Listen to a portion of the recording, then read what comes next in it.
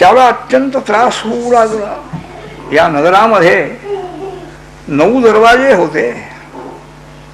शरीरालाच नगराची कल्पना केली. ह्या शरीराला 9 दरवाजे आहेत. नवद्वारे पुरेली. ह्या नवद्वारयुक्त नगरामध्ये हा जीवात्मा राहतो आहे. वरच्या बाजूला 2 नेत्र आहेत, 2 नासिका आहेत, 2 कान आहे आणि मुख आहे. हे 7 दरवाजे वर आहे. आणि मलमूत्र विसर्जन करण्याचे हे 2 असे 9 दरवाजे आहेत. अशा त्या नगराला वेढा पडलेला आहे. आणि या सैनिकांनी त्या 9 दरवाजातून आत प्रवेश केला आणि त्या पुरंजन राजाला बांधून बाहेर काढण्याचा प्रयत्न त्यांचा चाललेला आहे. आपल्या स्त्रीकडे त्याचं लक्ष गेलं. मी गेल्यानंतर या स्त्रीचं संरक्षण कोण करील. अशा या वासनेमध्ये शेवटी हीच वासना स्त्री बुद्धी त्याच्या मनामध्ये उत्पन्न होऊन त्याला बाहेर काढलं गेलं. त्यामुळे पुन्हा दुसऱ्या जन्मामध्ये त्याला स्त्री रूप प्राप्त झालेला आहे. स्त्रीचा जन्म त्याला आलेला आहे. मोठा राजकन्यास तो झालेला आहे. एका उत्तम दुसऱ्या राजपुत्राबरोबर त्याचा विवाह झाला. उत्तम प्रकारचा आणखी संसार सौख्य मिळालेला आहे. आणि या आपल्या स्त्रीला बरोबर घेऊन तो राजपुत्र अरण्यामध्ये गेलेला आहे मुलाला राज्य देऊन. आणि त्यांनी आपलं शरीर योगमार्गाने सोडून दिलं. ती स्त्री म्हणजे पुरंजन राजा. तिला दुःख झालं. आपले पती गेलेले आहेत. चिता तयार केली. आणखी आपलं देह अर्पण करण्याला ती उद्युक्त झालेली असताना हा पुरंजन राजा आपल्या ज्या मित्राला सोडून देऊन एकटाच निघून आलेला होता त्याचा तो मित्र आहे. ब्राह्मण रूपाने त्याच्या जवळ आलेला आहे. त्यांनी त्याला उपदेश केला, बाबा तू काही राजकन्या नाही आहेस. तू कोण आहेस. पूर्वजन्मामध्ये तू कोण होतास त्याचं स्मरण कर. तू पुरंजन आहेस. मी तुझा मित्र आहे. तुला यातून सोडविण्याकरता आलेलो आहे. पूर्वजन्माचं तू स्मरण कर म्हणजे या दुःखातून तू मुक्त होशील. तू आणि मी एकच आहोत म्हणाले. वस्तुतः आनंदरूप आपण. सहा अहम अहम सहा हा उपदेश केलेला आहे सोहमचा. त्यावेळेला त्या पुरंजनाला ज्ञान झालं आणि सर्व दुःख त्याची दूर झाली. नारदांनी ही कथा त्या प्राचीन बर्ही राजाला सांगितली. प्राचीन बर्ही राजा म्हणाला, महाराज काय तुमची गोष्ट मला काही कळली नाही. कोण पुरंजन राजा, त्याला भेटलेली स्त्री कोण, त्याला वेढा कोणी दिला, कोण तो राजा आला, काही कल्पना नाही. मग त्याचा खुलासा त्याने केला. पुरुषम पुरंजनम विद्यात यद्व्यनत्यात्मनः पुरम. हा जो पुरुष म्हणजे जीवात्मा आहे हा पुरंजन आहे. आपल्या मित्राला म्हणजे ईश्वराला बाजूला टाकून तो एकटाच बाहेर पडलेला आहे. ते नगर म्हणजे नवद्वारयुक्त शरीर आहे, मनुष्य शरीर. आणि त्याला भेटलेली स्त्री म्हणजे बुद्धींतु प्रमदान विद्या. ती बुद्धी ही त्याला भेटली स्त्री. आणि त्या बुद्धीनं त्याला या शरीरामध्ये आणून ठेवलेलं आहे, बांधून ठेवलेलं आहे. ईश्वर भक्ती नाही, आत्मानात्म विचार नाही, ज्ञान मार्ग नाही, काही नाही. केवळ आणखी कर्मामध्ये निमग्न झाला, संसारामध्ये आसक्त झाला पुरंजन राजा. पुन्हा त्याला स्त्री जन्म घ्यावा लागला. परमेश्वर त्या ठिकाणी पुन्हा आलेले आहेत. त्यांनी जरी मित्राला सोडून गेलं होतं तरी मित्रांनी त्याला सोडलं. त्याला येऊन उपदेश करू आणि त्याचा उद्धार केलेला आहे. नारद सांगतात, राजेसाहेब तुम्हीही काही हा विचार करा. काय करता यज्ञ करून काय करणार. तुम्ही यज्ञामध्ये जेवढे पशु मारलेले आहेत ते सगळे तुमची वाट पाहतायत वरती. केव्हा हा राजा येतो, आपल्या शिंगाने त्याचं शरीर केव्हा फाडून टाकावं वाट पाहताय. काय करता हे कर्म करू. असा त्याला उपदेश केला. आणि नंतर त्याला आणखी ज्ञान झाले. त्यांनी सांगितलं, नारद महाराज हे आमच्या ह्या उपाध्यायांना हे काही माहिती नाही असं दिसते. त्यांनी मला एक यज्ञ झाला की दुसऱ्या यज्ञाची यादी माझ्या पुढे लगेच आली.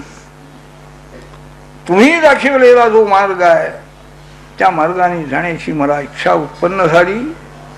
ही इच्छा उत्पन्न होणंच शक्य नाही आहे. कर्मामध्ये आसक्त झालेला आहे, कर्माच्या फलामध्ये आसक्त बुद्धी झालेली आहे. ते किती विनाशी आहे किंवा अविनाशी आहे इकडं लक्षच जात नाही. आणि प्रयत्न करायचा, पुन्हा फल मिळवायचं, पुन्हा प्रयत्न करायचा, यासारखा आणखी काल एक जन्म नाही अनेक जन्म यात जात आहे. ईश्वर व्हायच्या भक्ती मार्गाकडे लक्ष जाणं, ज्ञान मार्गाकडे लक्ष जाणं, कोणीतरी असा महात्मा भेटल्याशिवाय हे होत नाही. प्राचीनमध्ये राजा हा आणखी सत्संगती करण्याकरता बाहेर पडलेला आहे. संतांच्या मार्गदर्शनाने त्यांनी आपला उद्धार करून घेतलेला आहे. हे चरित्र आणखी प्राचीनमध्ये राजाचं आणखी यांनी सांगितलं मैत्रेय महर्षींनी.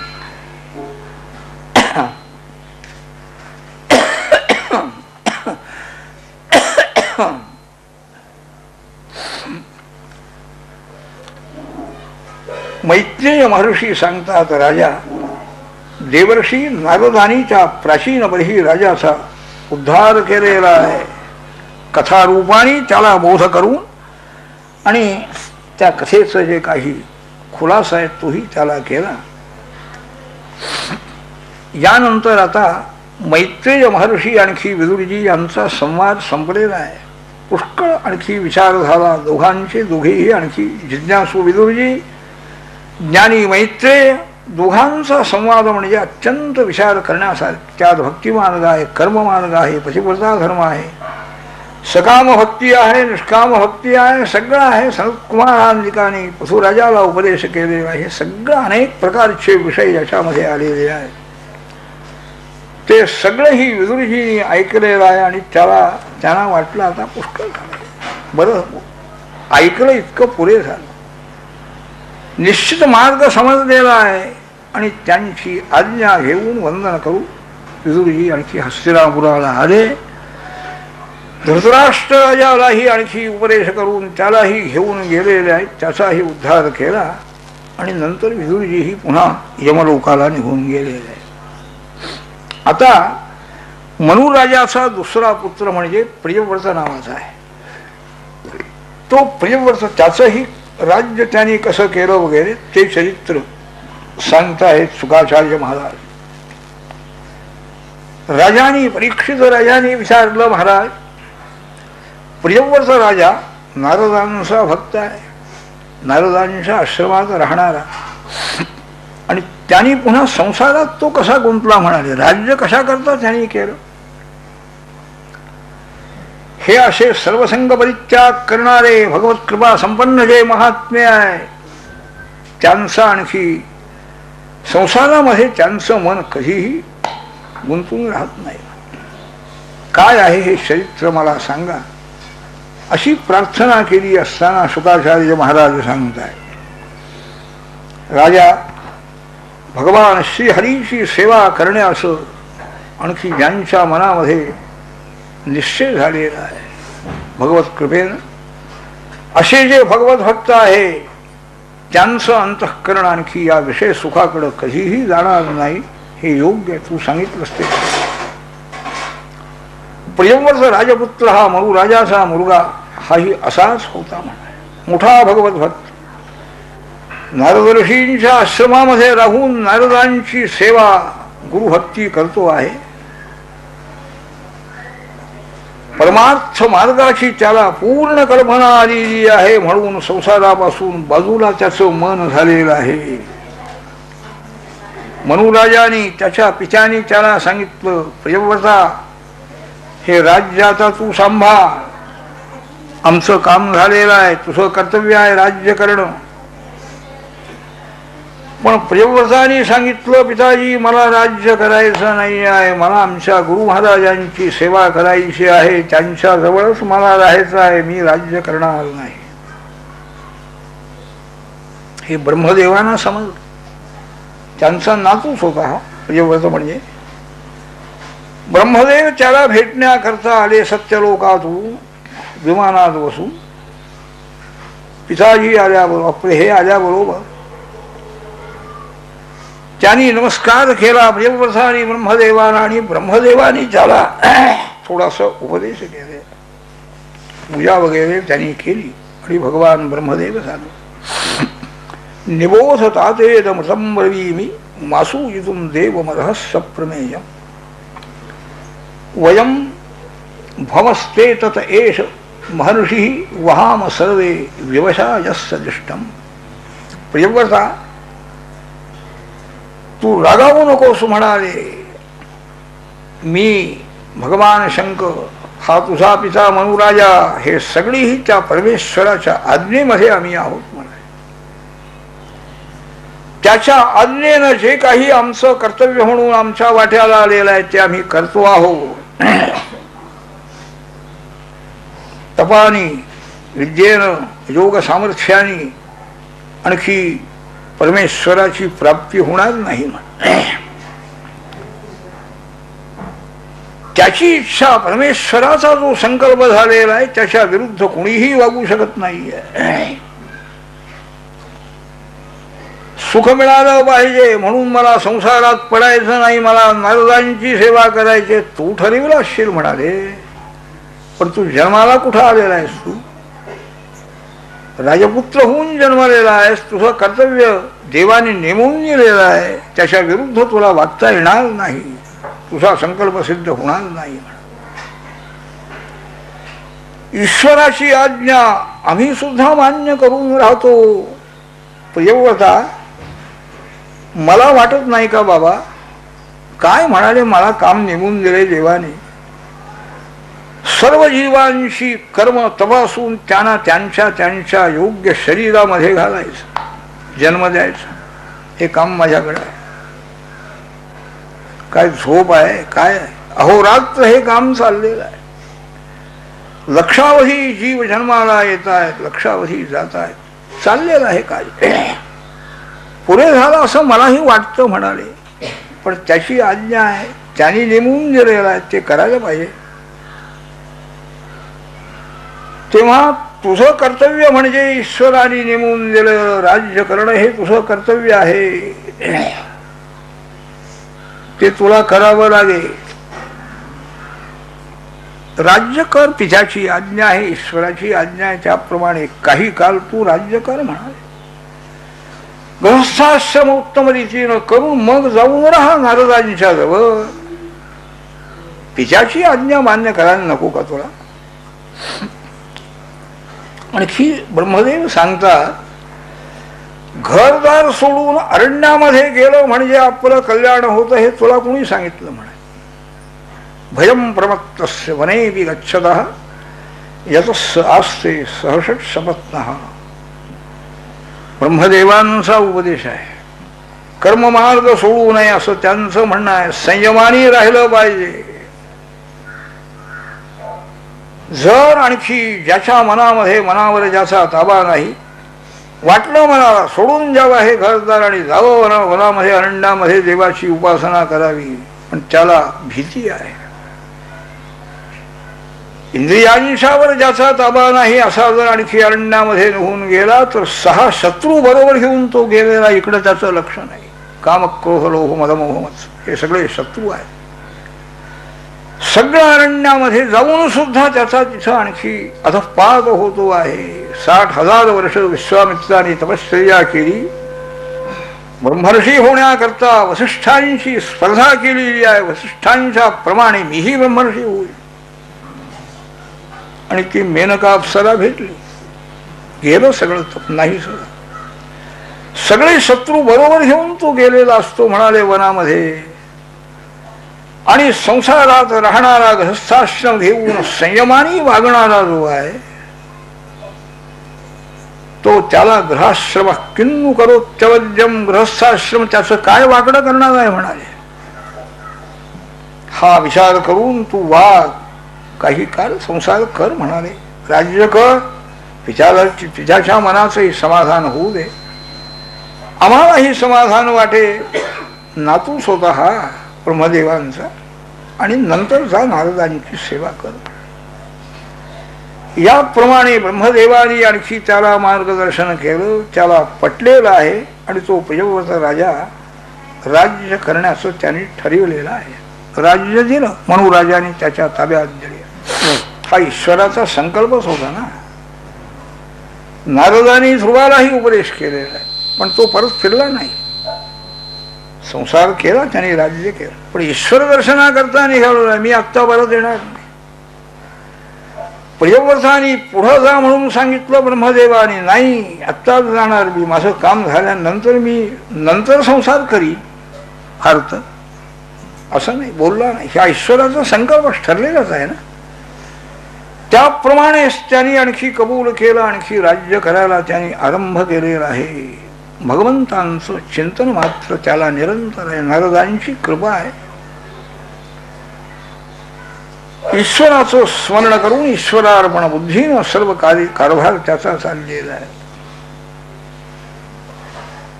प्रियव्रत राजा राज्य करू लागलेला असताना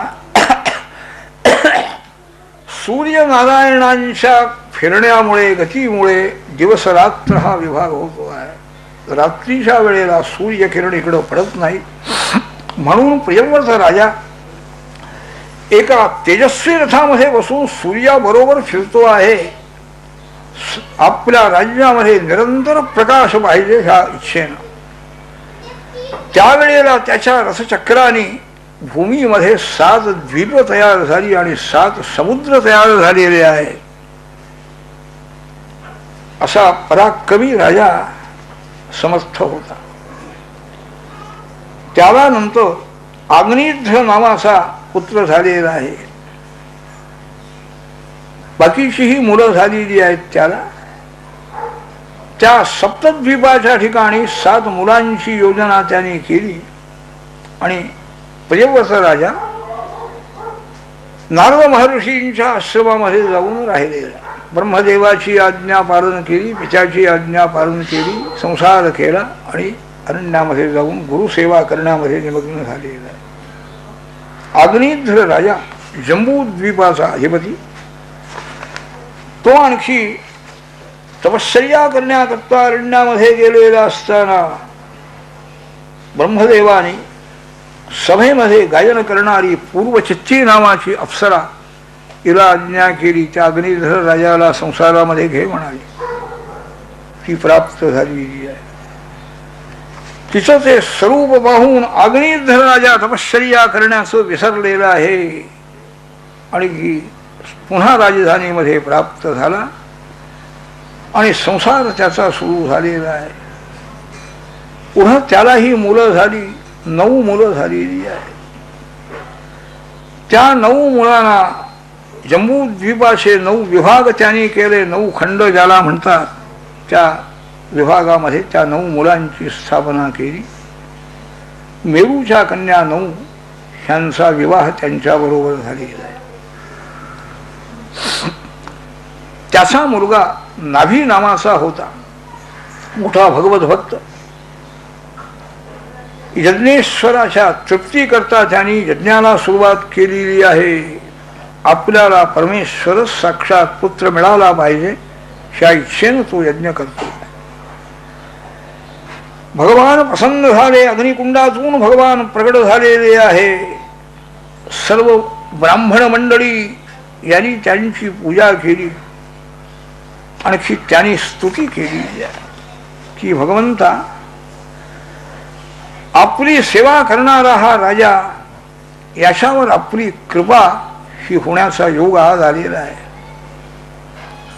या राजाची इच्छा हीच आहे की आपणच त्याचे पुत्र व्हावं, अशी राजाची इच्छा आहे. म्हणून त्यांनी हा यज्ञ केलेला आहे. आपण त्याच्यावर कृपा करावी अशी प्रार्थना सर्व ही ऋत्विज मंडळींनी केलेली असताना भगवान म्हणाले, आता तुम्ही सर्व मंडळी प्रार्थना करता, तुमची इच्छा ही मोडणं बरं नाही. राजाची इच्छा आहे. माझ्यासारखा आता दुसरा कोण आणायचा, म्हणे मलाच पुत्र व्हायला पाहिजे. या राजाची इच्छा पूर्ण होईल असा आशीर्वाद देऊन भगवान गुप्त झालेले आहे. नाभी राजाची स्त्री जी मेरुदेवीच्यापासून आणखी जी भगवान प्रगट झालेली आहे, तेज आहे मोठं, वैराग्य आहे, नियामक शक्ती आहे, सर्व ही आणखी गुणसंपन्न अशा प्रकारचा तो मुलगा झालेला आहे. सर्व ब्राह्मण मंडळींनाही अत्यंत आनंद झाला. ऋषभ म्हणजे श्रेष्ठ, सर्व एकंदर गुणांनी श्रेष्ठ म्हणून ऋषभ याप्रमाणे त्या मुलाचं नाव ठेवलेलं आहे. इच्छा राजाची पूर्ण झालेली आहे. त्या मुलाचं पालन पोषण करतो आहे राजा, आणखी तो आनंद त्याला मिळालेला आहे. मोठे झालेले आहेत ऋषभदेव, उपनयन त्यांचं झालेलं आहे, वेदाध्ययन वगैरे केलेलं आहे, ब्रह्मचर्याश्रमाच्या धर्माचं सगळं आचरण करून दाखवलेलं आहे. पुढं इंद्राने आपली कन्या जयंती ही त्यांना दिली, तिच्याबरोबर त्यांचा विवाह झालेला आहे, गृहस्थाश्रम सुरू झालेला आहे, राज्य उत्तम प्रकारचं ऋषभदेव करताय. पर्जन्यवृष्टी वेळच्या वेळेला होती आहे, सर्व धनधान्य समृद्धी आहे, काही कमी नाही आहे.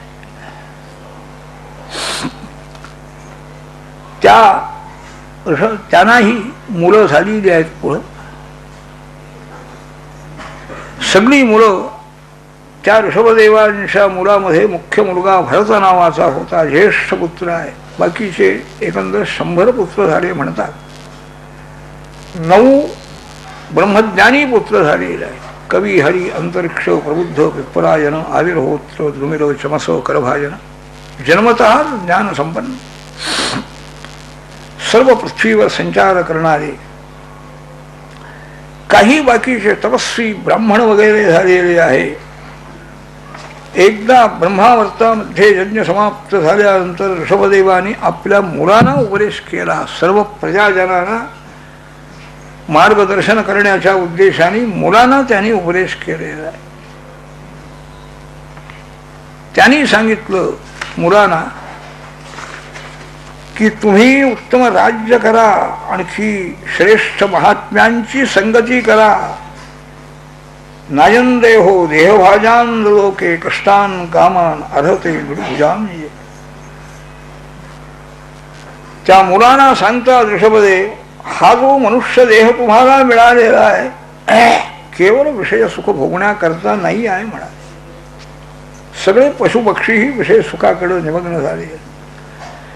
तप करणं, आपलं चित्त शुद्ध करून घेणं, आणखी अनंत जे ब्रह्मसुख आहे, ब्रह्मानंद प्राप्त करून घेणं, याच्याकरता हा देह आहे.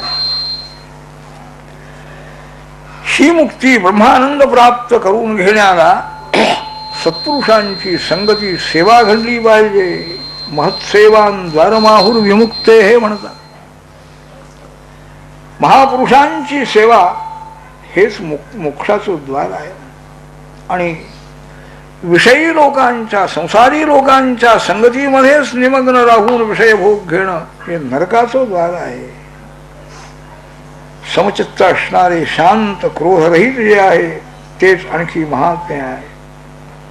त्यांची संगती करू, त्यांच्या मार्गदर्शनाप्रमाणे ह्या सर्वही परिवाराच्या ठिकाणी आपल्या मनाची जी आसक्ती आहे ही कमी करणं, ममता कमी करणं, याकरता प्रयत्न केला पाहिजे. असा पुष्कळ उपदेश ऋषभदेवाने आपल्या मुलांना केला. भरत राजा जो आहे ज्येष्ठ पुत्र, त्याला राज्यावरती नेमणूक केली, अभिषेक केला. उत्तम प्रकाराने राज्य करण्याचा त्याला आदेश दिलेला आहे. आणि ऋषभदेव बाहेर पडले. शेवटचं आता काय कर्म करायचं आहे, लोकांच्या पुढं आदर्श ठेवायचा आहे त्यांना. ब्रह्मचर्याश्रम झाला, गृहस्थाश्रम झाला, राज्य कारभारही व्यवस्थित झाला, मुलंही झाली जी आहेत चांगली मुलंही, त्यांनाही मार्गदर्शन झालं. शरीर विसर्जन कसं करायचं आहे हे एक शिल्लक राहिलेलं. ज्ञानी महात्मा जो आहे मनामध्ये शरीरही येऊन उपयोग नाही. शरीराच्या पलीकडं मन गेलं पाहिजे. शरीराचंही भान नाही आहे अशी स्थिती झाली पाहिजे हे दाखवतायत. बाहेर पडलेले आहे, अंगावर वस्त्र सुद्धा नाही आहे, समाधी अवस्थेमध्ये निमग्न आहे.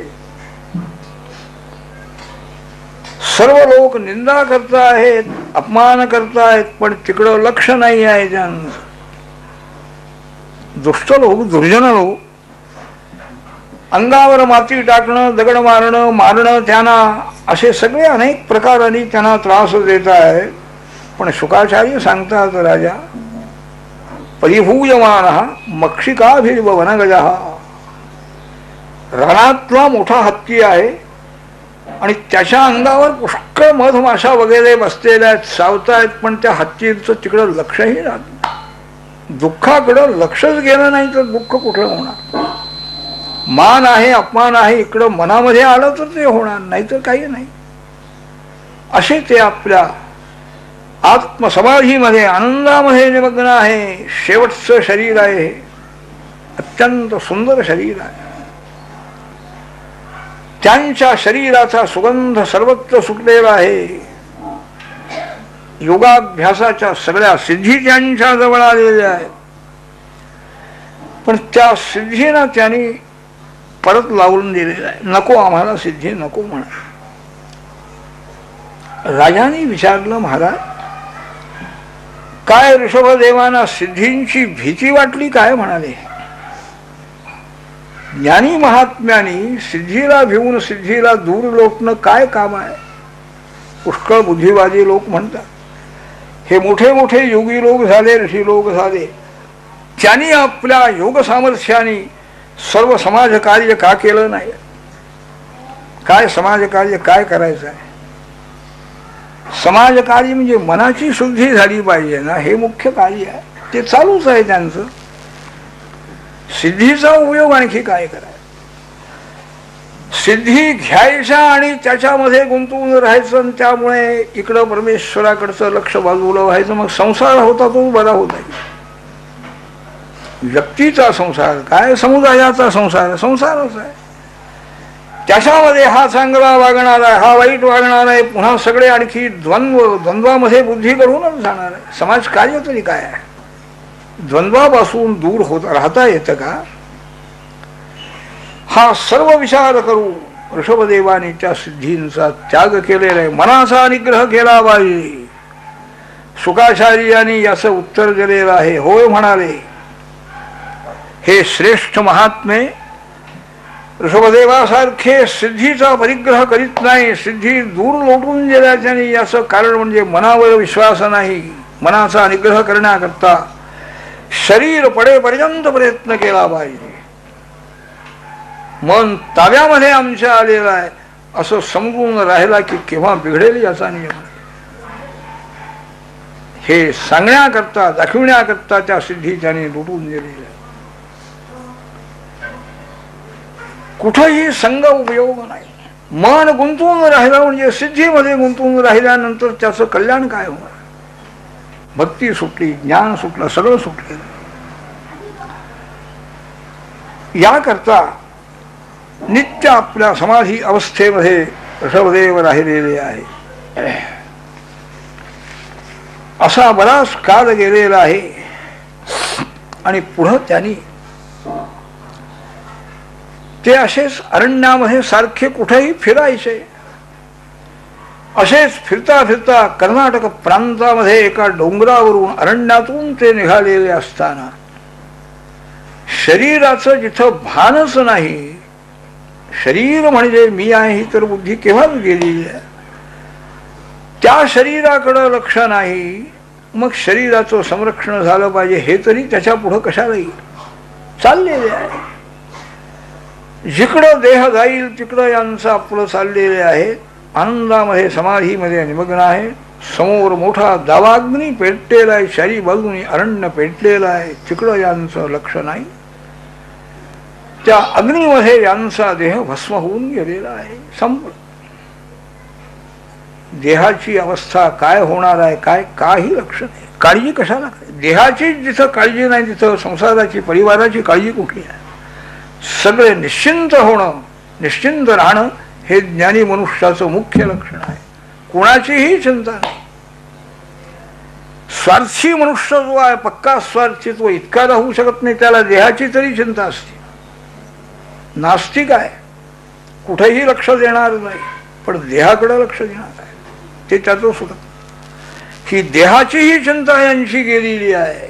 मग बाकीची अहंता नाही आणि ममता नाही, त्यामुळे मुक्त झालेले आहे. हा मार्ग जो आहे, अध्यात्मविद्या काय आहे, त्याची साधनं कशी आहे, ती सगळी आचरण करून वृषभदेवाने दाखवली. भगवंतानीच हा अवतार धारण करून आणि सर्वांना त्यांनी उपदेश केलेला आहे. भगवंताची अशी कृपा आहे, भजन करणारे भक्त जे आहेत त्यांची परीक्षा पाहतात भगवान. काय पाहिजे बाबा? मुक्ती घेऊन जा म्हणाले, मुक्ती देतात.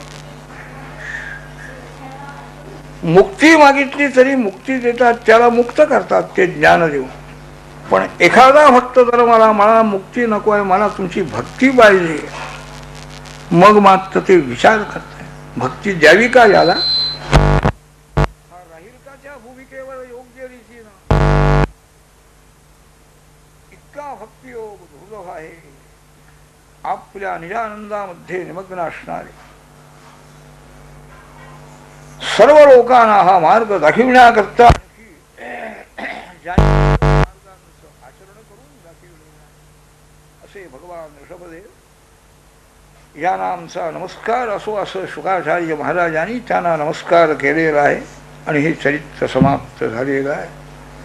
याच्यानंतर आता भरत राजा जो आहे, ऋषभदेवांचाच तो पुत्र आहे, तोही मोठा अधिकारी आहे, कर्मयोगी आहे. पण कर्माचं आचरण कसं करावं हे त्यांनी दाखवून दिलेलं आहे. त्याचं चरित्र आता शुकाचार्य महाराज परीक्षित राजाला सांगणार आहे. कायेन वाचा मनसेंद्रिय वाध्यात्मना वा स्वभावात् करोमि यज्ञत् सकलं परस्मै नारायणाय समर्पयेत्. श्रीकृष्ण गोविंद हरे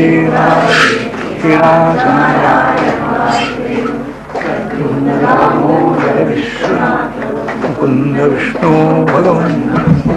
श्रीकृष्ण गोविंद हरे श्रीनाथ नारायण प्रद्युम्न दामोदर विश्वनाथ मुकुंद विष्णु.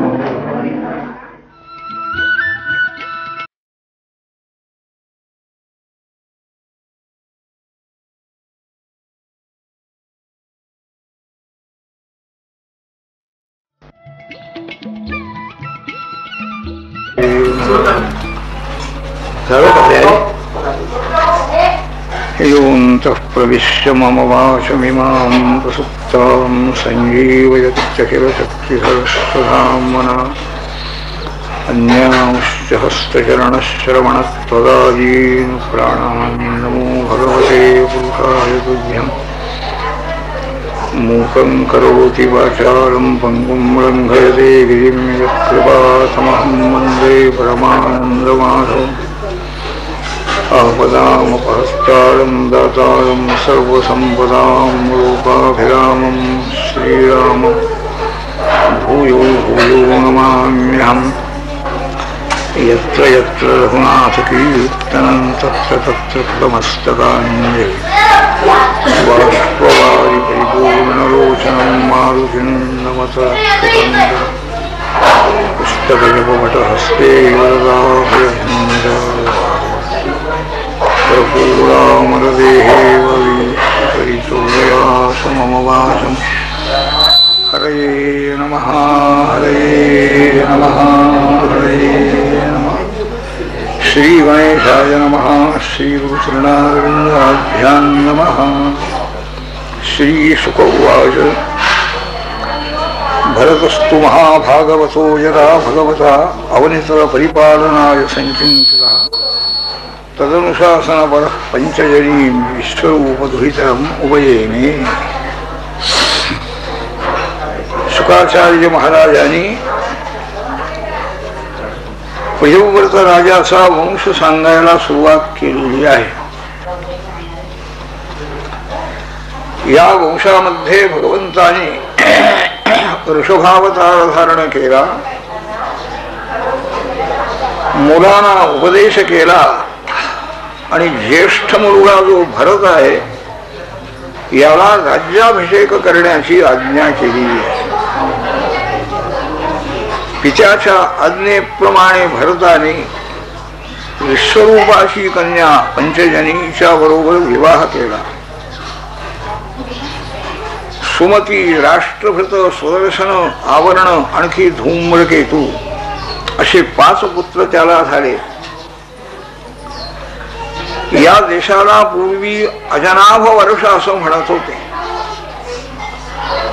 भरतराजा राज्य करू लागल्यानंतर त्याच्या आणखी कीर्तीमुळे भारतवर्ष हे नाव या देशाचं पडलं. कर्मयोगी होता मोठा. यज्ञयागादिक जी कर्म वेदरूपाने ईश्वराने आणखी दाखवलेली आहेत ती सगळी कर्म आपण करायची असं त्याने ठरवलं. पुष्कळ ज्ञान संपन्न होता तो. आपल्या पूर्वजांनी ज्याप्रमाणे राज्य केलं, अत्यंत प्रेमाने प्रजाजनांचं संगोपन केलं, त्याप्रमाणेच तो आणखी पालन पोषण करतो. लहान मोठे अनेक यज्ञ श्रद्धेनं त्यांनी केलेले आहे. यज्ञकर्म करण्याच्या वेळेला त्याची भावना बुद्धी कशी होती हे सांगतायत आचार्य महाराज. संप्रचरत्सु नाना यागेषु विरचितांग क्रियेषु अपूर्वं यत्तत् क्रियाफलं धर्माख्यं परे ब्रह्मणे यज्ञपुरुषे सर्वदेवता लिंगानां मंत्राणां अर्थनियामकतया साक्षात् कर्तरी परदेवतायां भगवती वासुदेवे एव भावयमानः आत्मनैपुण्य मृदित कषायः हविषु अध्वर्युभिर्गृह्यमाणेषु स यजमानः यज्ञभाजो देवांस्तान् पुरुषावयवेषु अभ्यध्यायत. यज्ञयाग वगैरे वेदामध्ये पुष्कळ सांगितलेले आहे. ते यज्ञ सुरू झालेला असताना यज्ञाचं फल म्हणजे धर्म ज्याला म्हणतात पुण्य, ते पुण्य त्यांनी भगवान वासुदेवाला समर्पण करावं. अर्पण करणं याचा अर्थ आपण कर्ता नसून ईश्वरच कर्ता आहे ही बुद्धी धारण करणं म्हणजे समर्पण आहे. कर्तृत्व अभिमान आपल्याला होतो कारण फल आपल्याला पाहिजे असतो, फलाची कामना असते. फल भोगणारा जर मी आहे तर मीच कर्ता आहे अशा अभिमानाने कर्म जर झालं तर ते कर्म बंधक ठरत आहे. त्या कर्माचं फल भोगण्याकरता त्याला पुन्हा जन्म घ्यावा लागतो. पण यांनी भगवान वासुदेवाला कर्म फल समर्पण करावं. फलभोक्ता वासुदेव आहे, माझं फल नाही. ते करता हा आहे आणि भोक्ता वासुदेव कसा होतो. ज्यांनी करायचं त्याला त्याचं फल मिळायचं. तर त्याची जी बुद्धी आहे मी करता नाही. यज्ञातल्या सर्वही देवतांचा नियामक तो आहे परमेश. बुद्धीचा नियामकही तोच आहे. यज्ञ करण्याला लागणारी जी माझी बुद्धी मी म्हणतो ती बुद्धी त्याचीच आहे, त्याच्या हातात आहे. आपुलिया बळे नाही बोलवत सखा कृपावंत वाचा त्याची, ही बुद्धी तुकाराम महाराजांनी दाखवलेली आहे. वाणी, इंद्रिय, मन हे सगळंही त्याच्या अधीन आहे. म्हणजे बुद्धीला जर प्रेरणा झाली, इच्छा ही बुद्धीला होणार आणि इच्छेनंतर कृती होणार. इच्छा करणं हेच कार्य बुद्धीचं नसून त्याला प्रेरक शक्ती जी ईश्वर आहे त्याचं कार्य आहे. अर्थात खरा करता तोच ठरलेला आहे ना. हा जरी एक प्रतिनिधी म्हणून म्हणजे प्रेरणेमुळे सांगितल्यामुळे करतो आहे तरी मुख्य कर्तृत्व परमेश्वराचा आहे. साक्षात करता तो आहे. म्हणजे अहंकार नाही, कर्तृत्व अभिमान गेला. तोच करता आणि तोच भोगता आहे. सगळं यज्ञाचं पुण्य त्याने परमेश्वराचं आहे. त्याच्याकडे जेवून टाकलं आपण काही नाही. यज्ञामध्ये ज्या इंद्राजिक देवता आहेत त्या सर्व इंद्राजिक देवता म्हणजे विश्वरूपी जो परमात्मा आहे त्याच्या शरीरामध्ये अंतर्गत आहे. अवयव त्याच्याच अवयवामध्ये. ही एक भावना आहे. देवता निराळ्या नाही आहे. देवता स्वरूप तोच आहे, कर्ताही तोच आहे आणि फलभोक्ताही तोच आहे. म्हणजे कर्म किती शुद्ध झालेलं आहे हे सांगतायत आचार्य महाराज. अशा त्या शुद्ध कर्माचरणामुळे आणखी त्याच्या चित्तामध्ये भगवत भक्ती निर्माण झाली. ती भक्ती रोज वाढती आहे. हजारो वर्षपर्यंत राज्य केलेलं आहे. अनेक यज्ञ केले. प्रजापालन उत्तम प्रकाराने केलेलं आहे. सर्वांचा आणखी त्याच्यावर पूर्ण विश्वास आहे आणि अरण्यात जाण्याचं त्यांनी ठरवलं. जे काही राज्य त्याच्या वाट्याला आलेलं होतं ते सर्व त्याने आपल्या मुलांना वाटून दिलेलं आहे आणि आपल्या राजवाड्यातून भरत राजा बाहेर पडला. पुलह ऋषींचा आश्रम ज्या बाजूला होता तिथं येऊन राहिलेला आहे. गंडकी नदी त्या ठिकाणी वाहती आहे. भगवान श्रीहरी तिथं राहत आहे. ज्या गंडकी नदीमध्ये 40 शिला प्राप्त होत आहे. रोज राजाने त्रिकाल स्नान करावं. आता काही राज्याचा काही भार नाही, चिंता नाही, काही नाही. सगळं मुलावर सोपविलेलं आहे. निश्चिंत मनाने शांत मनाने भगवंताची पूजा करावी. कंद मूल फल वगैरे आणावी अरण्यातून. तुळशी आहे, दुर्वा आहे, फुलं आहे. देवाची पूजा करावी. विषय वासना मनातल्या सगळ्याही दूर झालेल्या आहेत. सगळं विसरून गेलेलं आहे. राजवाडा, मुलं, सगळे आप्त सगळ्यांना विसरून गेले. अशा रीतीनं त्याचं पूजन चालू आहे, नामस्मरण चालू आहे, ध्यान चालू आहे. त्यामुळे अत्यंत आनंद शांती त्याला मिळाली आणि जास्तीत जास्त भगवंताची भक्ती प्रेम मनामध्ये जास्तीत जास्त वाढायला लागले आहे. आनंदाश्रू नेत्रातून व्हावे. अंगावर रोमांच उत्पन्न होत आहेत. सात्विक जे अष्टभाव आहेत ते सगळे उत्पन्न व्हावे. भगवंताच्या शरणाचं चिंतन करतो आहे, ध्यान करतो आहे. पूजा झाली तरी पूजा विसरून जावी त्याने. क्रियमाणाम भगवत सवलियाम न सस्मार. पूजा झाली की नाही काही भान नाही. असं आणखी त्यांनी व्रत धारण केलेलं आहे. भगवंताची पूजा भक्ती सगळा काल त्याच्यामध्ये चाललेला आहे. प्रत्येक दिवशी प्रातःकाळी स्नान झाल्यानंतर सूर्योदय झाला म्हणजे सूर्यमंडलामध्ये जे भगवंताचं तेज आहे नारायण त्याची स्तुती त्यांनी करावी, नमस्कार करावा. असं कार्यक्रम चाललेला आहे. सर्व संसार सोडून दिलेला आहे आणि निरुपाधिक झाला. काहीही पाठीमाग उपाधी नाही. भगवंताची भक्ती चालू आहे. त्या भक्तीची मध्येही प्रगती आहे पुष्कळ. पण राजा प्रारब्ध कर्म त्याचं आड आलं म्हणा. एके दिवशी सकाळी स्नान केलं त्याने नदीमध्ये आणि नदी तीरावरच जप करीत बसलेला आहे रोजच्या प्रमाणे. इतक्यात एक हरणी त्याच्या वरच्या बाजूला पाणी पिण्याकरता आलेली आहे. गर्भिणी होती. ती पाणी पिऊ लागलेली असताना जवळच अरण्यामध्ये एका सिंहाने गर्जना केली. ती गर्जना या हरणीच्या कानावर पडली. घाबरली. नदीवरून पलीकडे उडी मारण्याचा तिनं प्रयत्न केला. तिच्या उदरातून तो गर्भ बालक पाण्यामध्ये पडलेला आहे. तीही पलीकडे गेली धावत धावत आणि तिचंही प्राणोत्क्रमण झालेलं आहे. तो हरण बाळ नदीतून वाहत चाललेला आहे.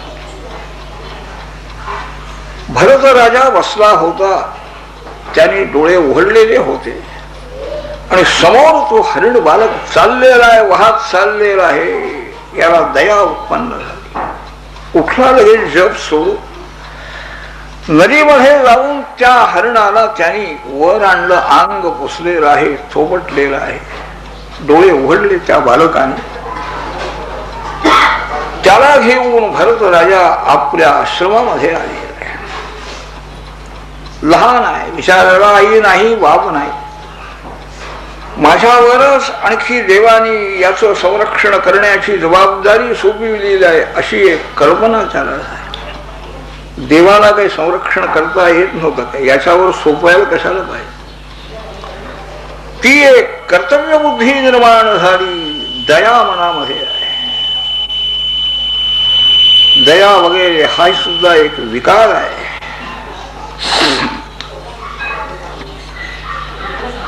चाललेलं आहे. पालन पोषण करणं. हळूहळू तो हरण बालक मोठा होतो आहे.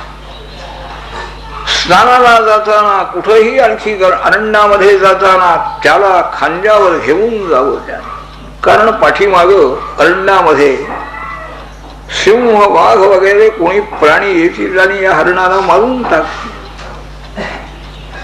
ही आणखी ममता त्याच्या मनामध्ये निर्माण झाली. आत पूजा करीत असताना सुद्धा बाहेर त्याने आणखी डोकावून पाहावा आहे की नाही, का गेला एकटा गेला म्हणजे त्याला कोणीतरी मारती, हे विचार मनामध्ये येत आहे. 24 तास भगवंताचं नामस्मरण आहे, ध्यान आहे, पूजन आहे, असा ज्याचा काल चाललेला होता त्या भरत राजाचा आता सगळा काळ त्या हरणाच्या आणखी पालन पोषणामध्ये जायला लागले. हे अर्थात प्रारब्ध आहे. प्रयत्न त्याचा किती झालेला आहे. सर्वसंग परित्याग करून येऊन राहिलेला आहे. मुलं बाळ सगळी सोडून, राज्य संपत्ती सोडून दिलेली आहे. पण इथं या हरणाच्या रूपाने ते प्रारब्ध त्याला आणखी आडवा आले. असा बराच काळ गेला राजर्षी भरताचा आणि त्याचा मृत्यूकाळ जवळ आलेला आहे. भरता तो हरणाचा जो बाळ होता त्याच्या मनामध्ये प्रेम उत्पन्न झालेला आहे. तोही त्याच्याजवळ नेहमी बसायचा, राहायचा. हा आणखी भरत राजा पडलेला आहे, मृत्यू जवळ आलेला आहे आणि तो हरण बालक समोर बसलेला आहे आणि त्याच्याविषयी विचार त्याच्या मनामध्ये सुरू आहे. मी गेल्यानंतर आता याचं कसं होईल, कोण याचं संरक्षण करील. एवढ्या अरण्यामध्ये ईश्वराने याचं संरक्षण करावं, ईश्वराची प्रार्थना करतो आहे. आणि मृगाच्या ठिकाणी मन असताना त्याचं प्राणोत्क्रमण झालेलं आहे आणि त्याला दुसरा जन्म हरणाचाच घ्यावा लागला. पण हरणाच्या जन्माला केलेल्या भरत राजाला पूर्व जन्माचं स्मरण राहिलेलं आहे, विसरला नाही. मृत्यू म्हणजे सर्व विसरून जायचं आहे. पण याला त्याच्या भक्तिमार्गामुळे, भक्तीमुळे, कर्मामुळे स्मरण राहिले आणि पश्चात्ताप झाला. अरे अरे अरे, काय म्हणाले, मी माझ्या मार्गातून भ्रष्ट झालो. परमेश्वरापेक्षा या हरणालाच मी जास्ती समजलो. त्याचं पालन पोषण करण्याची जबाबदारी माझ्यावर आहे. हे अभिमान आहे माझा. अभिमानाने आणि त्याचं पोषण करण्यामध्ये माझा सगळा काळ गेला. भगवंताची भक्ती सुटली. आणखी मला हरणाच्या जन्माला यावं लागलं. लगेच त्याने आणखी आपल्या आईला सोडून दिलेला आहे आणि तो हरणाच्या जन्माला गेलेला भरत राजा तिथून निघाला. आणि पूर्वजन्मामध्ये ज्या आश्रमात राहत होता गंडकी नदीच्या तीरावर तिथं आलेला आहे. त्याही जन्मामध्ये त्याची भक्ती चाललेली आहे. स्नान करावं, त्रिकाल स्नान त्या हरणाने भरतराजा. नारायणाचं स्मरण करावं, भगवंताचं चिंतन करावं, असा त्याचा काळ गेला. तोही जन्म संपलेला आहे. हरणाच्या जन्मातून भरतराजा मुक्त झाला. पुढं असं कस्यचित द्विवर्ष अंगिरः प्रवरस्य, एक ब्राह्मण मोठा वेदशास्त्राचा अभ्यास केलेला, उत्तम आणखी कर्मानुष्ठान करणारा, सदाचार संपन्न, आणखी समधमादी आत्मगुणही याच्याजवळ आहे, असा एक ब्राह्मण. त्याला 2 स्त्रिया होत्या. एका स्त्रीपासून त्याला आणखी 9 पुत्र झाले आणि दुसऱ्या स्त्रीपासून एक मुलगा आणि एक मुलगी झाली. तो जो मुलगा झाला दुसऱ्या स्त्रीपासून, हरण जन्मास ज्याचा संपलेला आहे असा भरतराजा, आणि या ब्राह्मणाचा मुलगा म्हणून जन्माला. 2 जन्म घ्यावे लागले त्याला. त्या जन्मामध्येच मुक्त व्हायचं आहे, पण पुन्हा 2 शरीर घ्यावी लागली. परंतु स्मृती आहे कोण आपण होतो, अशी स्थिती आपल्याला का झाली, पुन्हा जन्माला का यावं लागलं, हे सगळं माहिती आहे. आणि आत्मज्ञान संपन्न आहे, पूर्ण ज्ञान आहे. त्यामुळे व्यवहारातल्या कोणत्याही आणखी विषयाची इच्छा नाही, काही नाही. जेवायला मिळालं काय, न मिळालं काय, चाललेलं आहे कार्य. कोणाचीही संगती करायची नाही असं त्यांनी निश्चित ठरवून हरण जन्मामध्ये सुद्धा सगळं सोडून दिलेलं आहे. आईला सोडून दिलं, इथे एकटा येऊन राहिला. झाडावरून खाली पडलेली पानस फक्त घ्यावी, पाणी प्यावं आणि भगवंताचं चिंतन करावं. आता जन्माला आलेला आहे आणि कोणाचीही संगती असू नये, कोणीही आपल्याला आणखी या ठिकाणी प्रेम करू नये म्हणा, अशा करता त्यांनी आपली वृत्ती आणखी दुसऱ्यांना दाखविण्याकरता कोणीही हाक मारली तरी ऐकायला आलं नाही असं दाखवायचं. दाखवायचं कशाला, याला यायचंच नाही. लक्ष जर नाही बाहेरच्या शब्दाकडं किंवा कोणत्याही व्यवहाराकडं, तर बाहेरच्या व्यवहाराचं ज्ञान होणार कसं.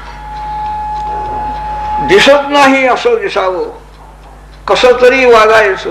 कोणी सांगितलं, काम करून घेतलं, पुढं उभं राहून तर तेवढं करायचं. अशी त्याची वृत्ती पाहून लोकांची कल्पना झाली की हा वेडा मुलगा आहे. जड भरत त्याचं नाव ठेव.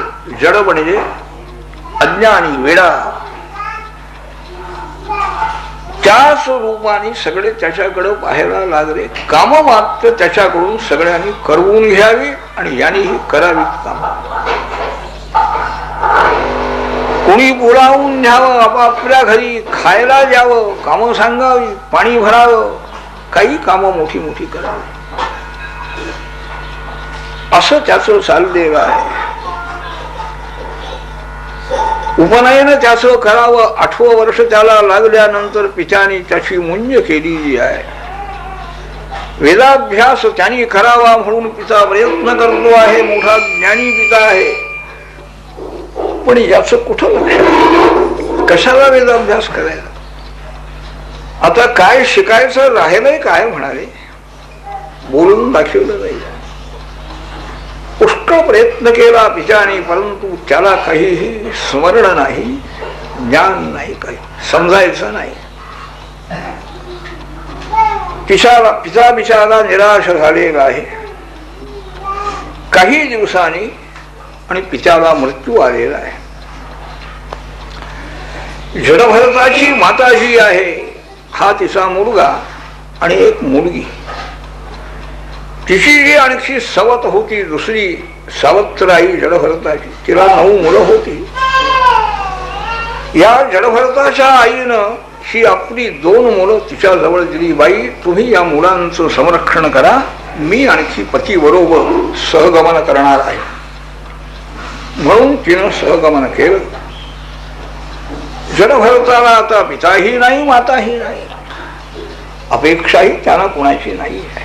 आत्मानंद मिळालेला आहे. पण सगळे त्याचे बंधू हे व्यवहारामध्ये आसक्त झालेली आहेत. व्यवहार सगळा खरा आहे, संसार खरा आहे अशी त्यांची भावना आहे. अध्यात्म विद्या भगवत भक्ती इकडे लक्ष नाही. चांगला आणखी भाऊ मिळालेला आहे, धष्टपुष्ट आहे, त्याच्याकडून घरातली कामं करून घ्यावी. त्या सगळ्या भाऊजाईनी धुणी धुवायची, भांडी घासायची, सगळी आणखी जेवण खाणं झाल्यानंतर त्याच्याकडं भांडी जायची. यातलं अन्न राहिलेलं खा, भांडी घासून ठेव म्हणून सांगायचं. यानेही काही तक्रार, सगळं करत. हा आपला जन्म शेवटचा आहे, कशाला तक्रार करायची? संपणार आहे केव्हा? पुढे जन्म नाही, दुःख नाही, काय? हा एक पूर्ण विश्वास आहे. अशा प्रकारचं कार्य चाललेलं आहे. शेतामध्ये पाठवावं बंधूंनी, शेत राखायचं काम त्याला सांगावं, तिथेही बसून राहायचं. थंडी वारा काय पांघरायला वस्त्र आहे आहे नाही नाही, पण शरीर चांगलं आहे, धष्टपुष्ट आहे, आत्मानंद मिळालेला आहे आणि चिंता कशाची नाही. देह म्हणजे मी आहे या आणखी अज्ञानाने देहाची चिंता निर्माण होते. देहाचे संबंधी सगळेही आणखी आप्त इष्ट माझे आहे ही ममता निर्माण झाली म्हणजे त्यांचीही चिंता निर्माण होते. जितकी ममता वाढेल तितकी चिंता आहे. काय? काही नाही. अहंता नाही आणि ममता नाही. मी केवळ आनंद स्वरूप आहे, चिदानंद रूप शिव केवलोहम. आनंद स्वरूप मी आहे. कोणाशीही माझा संबंध नाही आहे, कोणी माझे संबंधी नाही आहे. कोण? जग कुठं आहे? सगळ्या त्या बंधूंनी कामं करवून घ्यावी, लोकांनीही कामं करवून घ्यावी आणि त्याला काहीतरी खायला द्यावं, त्यांनीही समाधान मानून यावं. शेतातली कामं करण्याकरता ही बंधूंनी त्याला पाठवावं. तीही कामं त्यांनी करावी. कुठं जमीन उकरायची, कुठं काय करायचं समोर उभा राहून मात्र सांगावं लागायचं. सांगितल्यानंतर थोडा वेळ केलं की बसला समाधी लागली आहे. तर एके दिवशी हा जडभरत आहे शेत राखण्याकरता शेतामध्ये बसलेले आहे, डोळे झाकून बसलेले आहे. काय पक्षी आले काय गेले काय, धान्य नेलं काय, परंतु ते रक्षण ईश्वराकडून होत होत. यांचं लक्ष ईश्वराकडे आहे. कबीरजींच्या आईने सांगितलं, अरे कबीरा, शेला विणायला बैस तू त्या मागावं. यांनी जाऊन बसावं आणि मर्यादा पुरुषोत्तम रामचंद्रांचं स्मरण झाल्याबरोबर काम बंद झालेलं आहे. शेले विणायचे, विकायचे, परंतु हे आणखी त्या रामचंद्रांच्या ध्यानामध्ये निमग्न असताना सुद्धा तो माग चालत होता, शेला विणला जात होता आणि त्या शेल्याला बाकीच्या शेल्यापेक्षा जास्ती किंमत येत होती बाजारामध्ये. कोण करत होत? तशी स्थिती आहे. शेतामध्ये बसून राहिलेल्या जडभर, तहान नाही, भूक नाही, काही नाही. त्या बाजूला एक चोरांचा राजा होता, त्याची मोठी टोळी होती. त्याला मुलगा नव्हता.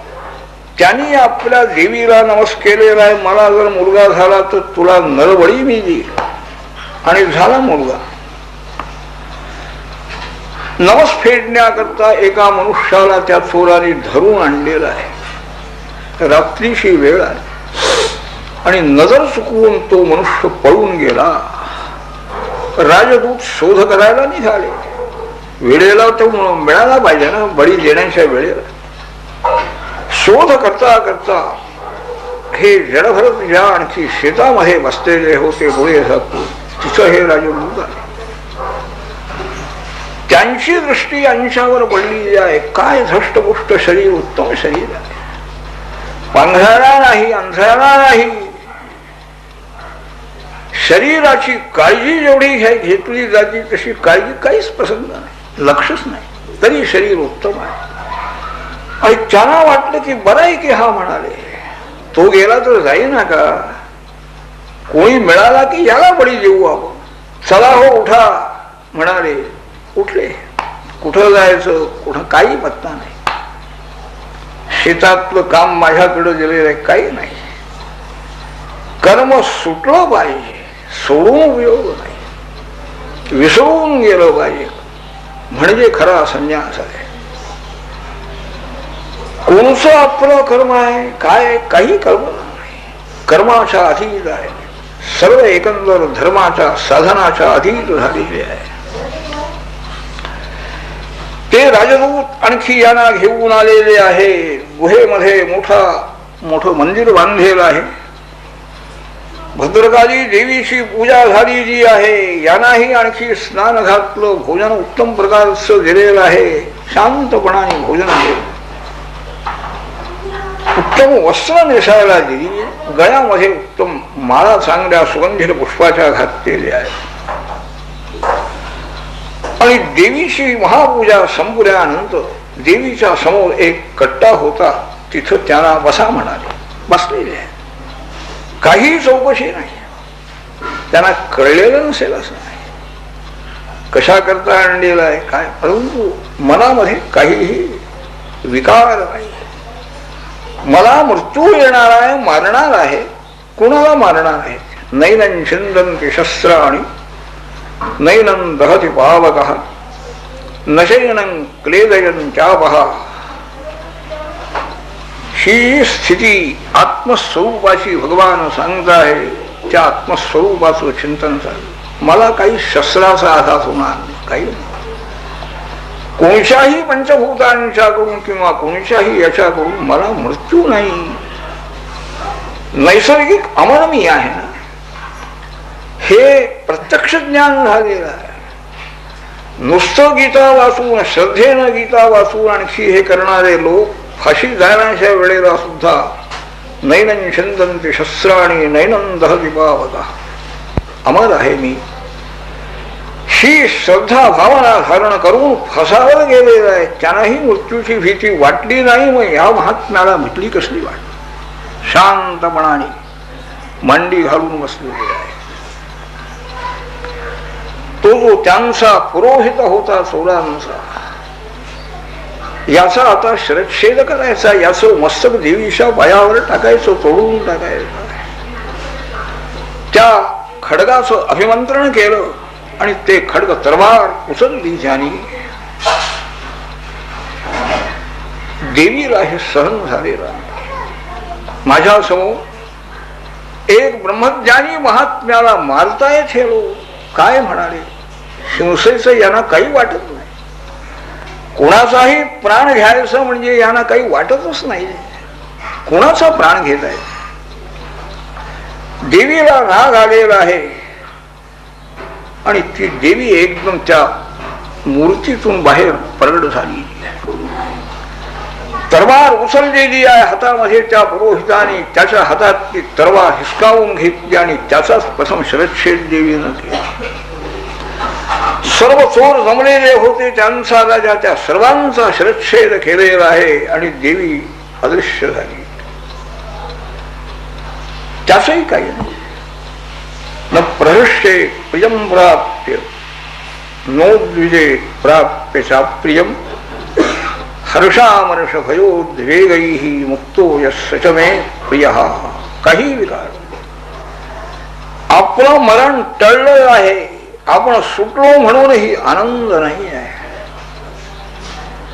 आपल्याला मृत्यू येणार आहे म्हणून भीतीही नाही, विषादही नाही. म्हणून देवीला यावं लागलं. शुकाचार्य सांगतात, हे राजे, हे जडभरत हे उठलेले आहे, बाहेर पडलेले आहे. श्रेष्ठ पुरुषांना त्रास देणारे, त्यांचा नाश करण्याचा प्रयत्न करणारे जे आहे, त्यांचाच नाश होतो. जडभरत त्यातून मुक्त झालेले. परीक्षित राजा, यात आश्चर्य वाटण्यासारखं काहीही नाही आहे. कारण स्वतःचा शिरच्छेद होणार आहे हे प्रत्यक्ष पाहत असताना सुद्धा चित्तामध्ये कोणतीही गडबड नाही आहे. शांत प्रेक्षक म्हणून पाहताय. हे केवढं सामर्थ्य आहे. देहात्मभाव, देहाचा अभिमान यांचा मुक्त मोकळा गेलेला आहे, पूर्ण गेले. आपल्या शिराचा मस्तकाचा छेद होणार आहे पाहताय सिनेमा प्रमाणे. आणि सर्वत्र ज्यांशी मैत्री आहे हेही बिचारे काय त्यांच्या कामाकरता माझं शिरच्छेद करेनात का? निर्वैर आहे. म्हणून साक्षात भगवान हे यांचं संरक्षण करीत असतात. निर्भय अशा प्रकारच्या भगवंतांना शरण गेलेले जे आहेत त्यांचं हे संरक्षण होत आहे. बाहेर पडले जडभर गुहेतून आणि जो रस्ता दिसेल तिकडं निघाले. आपल्या घरी जायचंय, आपल्या गावात जायचंय, काही नाही, सगळं विसरले. आले समोर कोणी तर आपले आहे, नाहीतर कोणी आपले नाही. हे निघालेले आहेत रस्त्याने. त्या देशाचा एक राजा रहुगण नावाचा होता. त्यांनी मुलांच्या स्वाधीन राज्य केलं आणि कपिल मुनींच्याकडे जाऊन आपण काही ज्ञान मिळवावं अशा उद्देशाने तो निघालेला होता. पालखीमध्ये बसून चाललेला आहे राजा. पालखी वाहण्याकरता जे रस्त्याने लोक भेटले त्यांना धरून आणलेला आहे त्याच्या दूताने. काम करून घ्यायची. एक मनुष्य कमी पडलेला आहे. शोध सुरू झाला. इतक्यात समोरून हे जडभरत येत आहेत असं त्यांनी पाहिलं. त्यांना आनंद झाला. राजदूतांना, अरे हा एकटा मनुष्य सुद्धा पालखी घेईल ना, इतका चांगला धष्टपुष्ट दिसतो. आले, चला महाराज काम आहे, चला म्हणा. घ्या ही पालखी खांद्यावर घ्या. बाकीचे लोक होतेच, यांचेही आणि ही खांद्यावर पालखी घेतलेली आहे. आणखी काही नाही. मान अपमान सगळं तुल्य आहे. मानापमान तुल्य तुल्यो मित्रारी पक्षयो. मान अपमान हे दोन्हीही सारखे आहे आणि हे दोन्हीही करणारे लोकही सारखे. काही नाही, शत्रू मित्र भावनाही नाही. पालखी वाहण्याचं काम चाललेलं आहे पण खाली पाहून चालत आहे. कोणचंही किडामुंगी आपल्या पायाखाली आणखी मरू नये. मध्ये काही आली किडामुंगी तर एकदम त्याने या.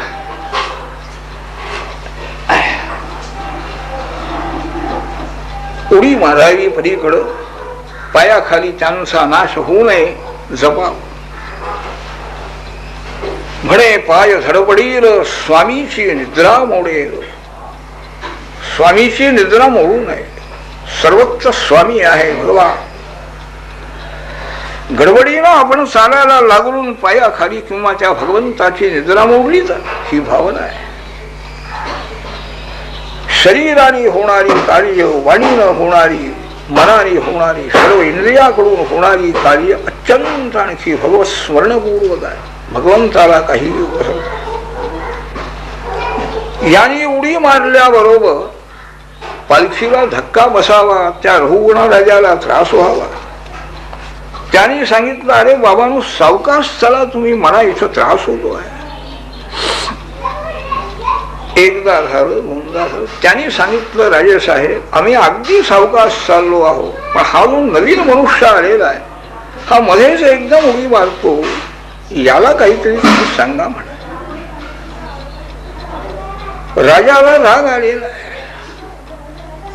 एकामुळे सगळेच आणखी दोषी ठरण्याचा प्रसंग आलेला आहे. म्हणून राजाने त्या जडभरतांना उद्देशून मुद्दाम आणखी त्यांच्या मनाला लागेल असं बोलतो आहे.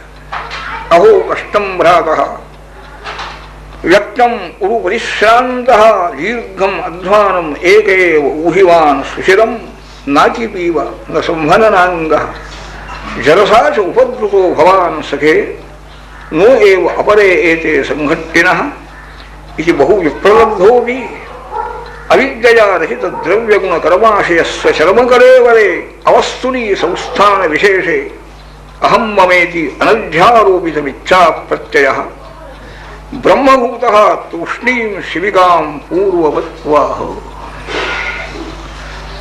राजा म्हणतो आहे, अरे बाबा फार दमलेला दिसतोयस,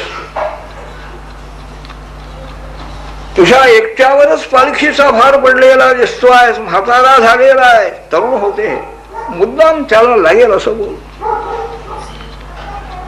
आणि फार वेळ हा भार तुझ्या खांद्यावर झाल्यामुळे तू दमलेला दिसतो आहेस. हे बाकीचे लोक आहेत, हे काही दिसते नाही दमलेले, तुला श्रम झालेले फार दिसत आहे, सावकाश चाल म्हण असं मुद्दाम त्याला आणखी टोचून बोलतो आहे राजा. पण त्या शब्दाकडे लक्ष नाही आहे. स्वतःच्या शरीराकडे ज्यांचं लक्ष नाही, त्या शरीराला उद्देशून जे शब्द वापरले जात आहेत तिकडे कुठलं लक्ष आहे? हे शेवटचं शरीर आहे, संपणार आहे, आता जगाचा संबंध माझा संपणार आहे, कशाला बोले ना विचार. अविद्येनं तयार झालेलं हे शरीर अवस्तूभूत आहे, खरं नाही, खोटं आहे. त्या शरीराला मी कशाला समजायचं म्हणे. शिरच्छेद होण्याच्या वेळेला सुद्धा ज्यांना काही वाटलं नाही त्यांना राजा थोडस बोलला म्हणून काय वाटणार आहे. इतकी मनोभूमिका तयार झाली आहे. शांतपणाने पालखी वाहण्याचं काम झालं. पुन्हा धक्का बसला पालखी. अतिशय रागावलेला आहे तो रघुगुण राजा आणि रागाने म्हणतो आहे, अरे तुम जीवन मृत आहात, तू जिवंत आहेस की मेलेला आहेस म्हणाले. मी कोण आहे तुला माहिती आहे की नाही, मी राजा आहे, तुला चांगली शिक्षा मी करीन, दंड करीन. वाटेल तसं बोलतो आहे राजा. आणि उपदेश श्रेष्ठ पुरुषांच्याकडून घेण्याकरता निघालेला आहे, ज्ञान मिळवण्याकरता निघाला.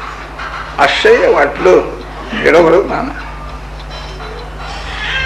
थोडस त्याचे डोळे उघडावे, त्याचं प्रारब्धच राजाचं उदयाला म्हणून यांना बोलण्याची बुद्धी झाली. त्यांनी बोलायला आरंभ केले.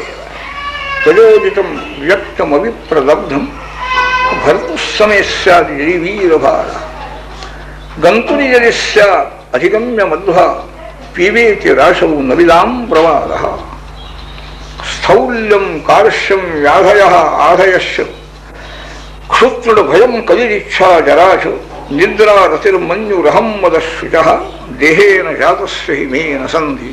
काय राजे साहेब, काय बोलला आपण? दमला आहेस तू, श्रम झालेले आहे.